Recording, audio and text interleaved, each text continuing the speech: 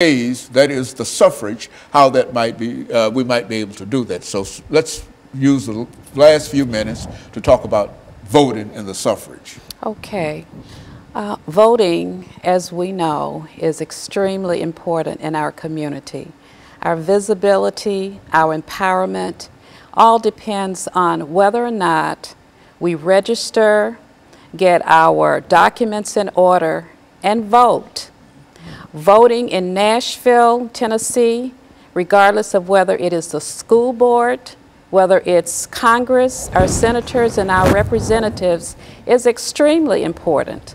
A number of policies have been passed in our council meetings, in our Senate, that are not beneficial per se to the African American or black community or the community of those who are impoverished.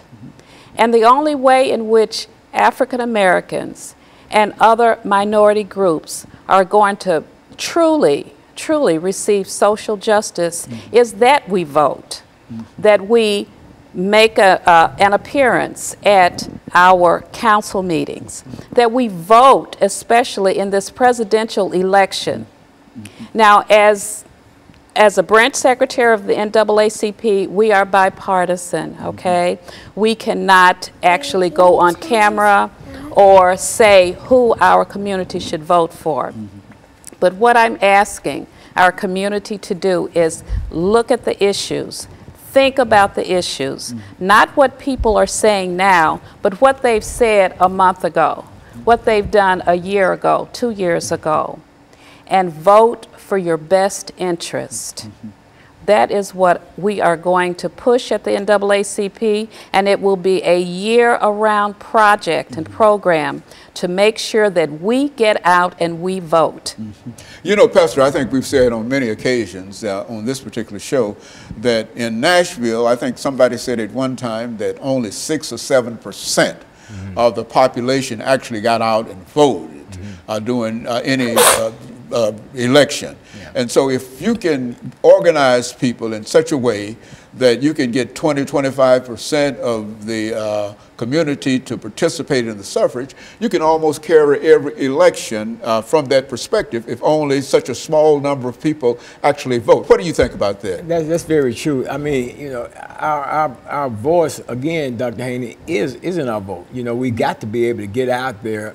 If you bring people together, and see, politicians, they go where people are voting. You know, they service areas. They look at areas where, you know, where they're getting large percentage of the votes. They look at a zip code and they're getting a small percentage of the vote. Then, you know, they're not going to focus their attention on that particular area right there, because they're saying, well, the people out there, they're not concerned about themselves.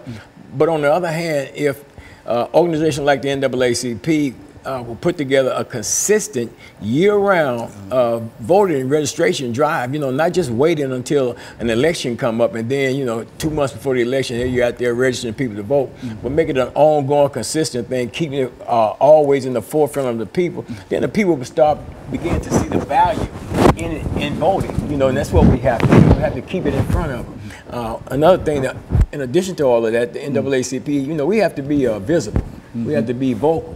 And we have to be valuable. And we got to show up that we have value in this community. You know, I've got a granddaughter right here, you know, that, you know, she's got a future, you know, and I'm the one that's got to be looking forward toward her future and making sure that if she has a legitimate grief or gripe concerning something, that injustice that takes place in our society towards her, that she got an organization that she can go to. And that's what the NAACP has had a long-standing reputation as an organization that our people could go to if they were having issues. And let me be clear about this. The NAACP is not just an organization just for African Americans or black people. You know, it's the National Association for the Advancement of Colored People, for people of color. Everybody is a color. You know what I'm saying? Everybody, I don't care what race you are, you're a color.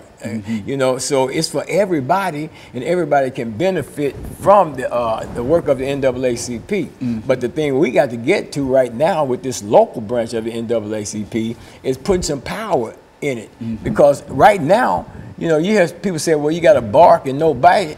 this branch don't even have a bark. You know what I'm saying? So, and so in a real sense, just to sort of make people aware of the history of the National Association for the Advancement of Colored People, I think that we've had an opportunity to talk to many members from that organization, and you've been responsible in a real sense for bringing a large number of people to us dealing with the National Association. As a matter of fact, Dr. PShinault here is here primarily because of your influence with the organization. And so with Dr. PShinault's leadership and the commitment on the part of others, and I think as she indicated that you want to make registration a year-round activity, not to register only 2 or 3 months before the time of election. And if you can get that as an ingrained idea among people who ought to vote, then I think we'll be all right. Yeah, and you know what? I don't want to just lock in steadily just on the vote thing, because there's so many other things, issues that's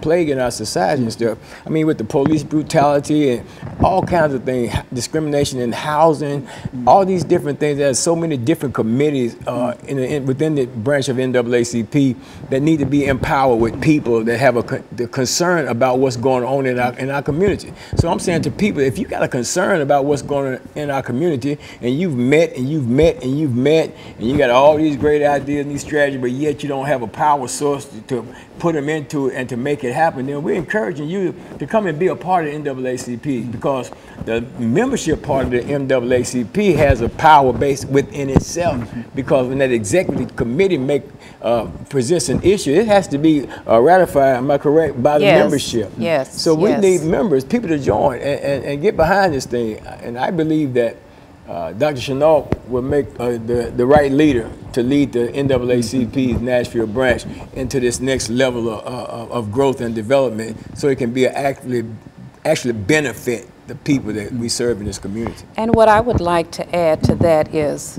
for those of you, our life members, our members who have decided in the past that you no longer want to be members of the NAACP, give us another chance. Give the NAACP